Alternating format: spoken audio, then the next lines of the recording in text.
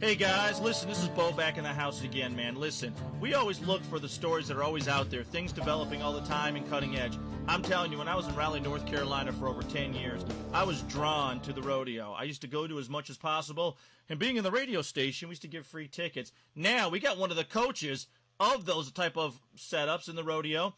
He's actually at one of the local universities and colleges across the country. He's Coach Phipps. How you doing, Coach? It's fine. How are you? Good, sir. Thanks for being on the show. It's a pleasure. Now tell us a little bit about the rodeo at the colleges here. Fill us in a little bit, Coach. Okay, well, a lot of people don't realize, but there's a college rodeo team, just like there's football teams across the United States. It's broke down into several different regions. I'm in the Ozark region, being with the University of West Alabama and Southwest Louisiana, or Alabama, right there on the Mississippi line, not far from Louisiana. And what there is there's college teams just like there's football teams, and we go to rodeos. We're currently right now in Marshall, Missouri at a college rodeo, and our team competes against all the other college teams in this region, which there's about 20 to 25 teams in the Ozark region, the region we're in, which covers most of all the south and northeast continent of the United States. And so we just compete around at 10 rodeos throughout the year, and then we go to the college national finals in Casper, Wyoming at the end of the year. Now, what involves in rodeo? Because I'm going to take a stab at it. It involves riding horses and bulls. Is that correct? That's correct. A little more detail of it, because I know when I said I was going to get you on, a lot of people are asking questions about exactly what is the rodeo, because when you're in a college setting, a university setting, there's got to be some parameters that you have to keep, or is it just like when you go to the state fairgrounds or you go to events across the country, that's exactly what you get? That's pretty, it's the same rodeos as you see on TV. There's bareback riding, saddle bronc riding, bull riding, which is the main event that everybody loves to watch. Then you have calf roping, and then the girls have breakaway roping for the girls, where they rope the calf, but they don't actually have to get off and tie it up. They just rope the calf, and the rope breaks away from the saddle horn. And then they have barrel racing for the women also, and goat tying, which they tie up a goat. And they also have team roping, which is a teamed event with two guys or a guy and a girl, and one ropes the head and the other ropes the feet of the steer. It sounds pretty incredible. I'm just amazed at everything involved at the colleges across the country, what's involved in it. Exactly how many, students do you have involved in this? Actually, on my team, I have 25 students involved right now. I know that 2 or 3 of the other colleges have anywhere from 40 to 60 people on their team at rodeo, and most every one of them are on scholarship at rodeo. You get scholarships just like you would playing football or anything else for rodeo. So it's a good way to get an education and do something you love.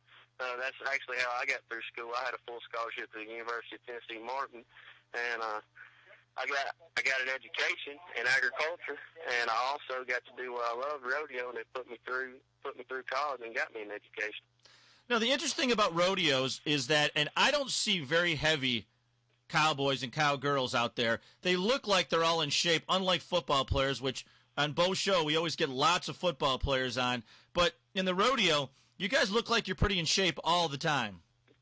Yes, sir. My team actually has a workout program 3 days a week. We all go to the gym together and work out, guys and girls, to stay in shape, because it's a very physically demanding event, rodeo is. And it's not like football or baseball, if you get injured, most of the football players and on the professional level, if they get injured, they get to sit out for 2-3 weeks, maybe a month, and they still get paid. Otherwise, the rodeo contestants, if they're hurt and have to sit out, then they're not getting paid. The only way they get paid is to win. So actually, it's better to stay in shape and stay healthy, where you can keep yourself healthy, where you can keep going and keep winning, where you can keep getting paid. Now, another question is how many schools have rodeo?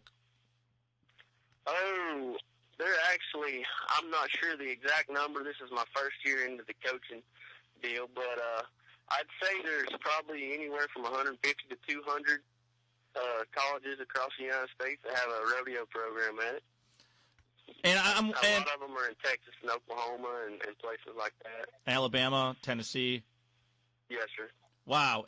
I know it's big because the professional bull riders numbers have been steadily going up. Not jumping, but steadily going up as the sport continues to grow. Do you see some of those results?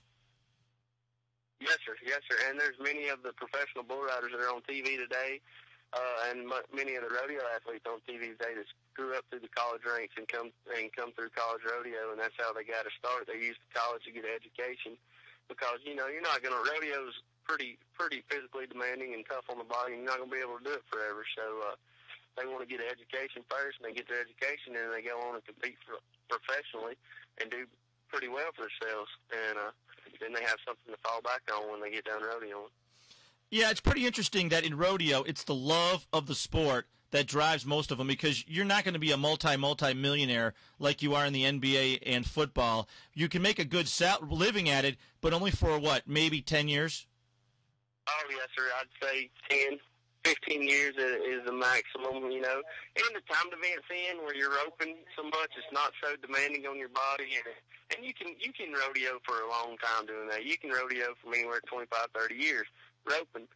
But in the rough stock events, such as the bull riding or the bareback or the saddle bronc riding, you don't have near as long to compete and do well in it. You can compete as long as you want to, but, as you get on to 33, 34 years old, your body's starting to wear on you, and your injuries will start to catch up with you, and you start losing the winning edge. So, yeah, you only have a probably 10-year span there that you can compete at your full maximum ability.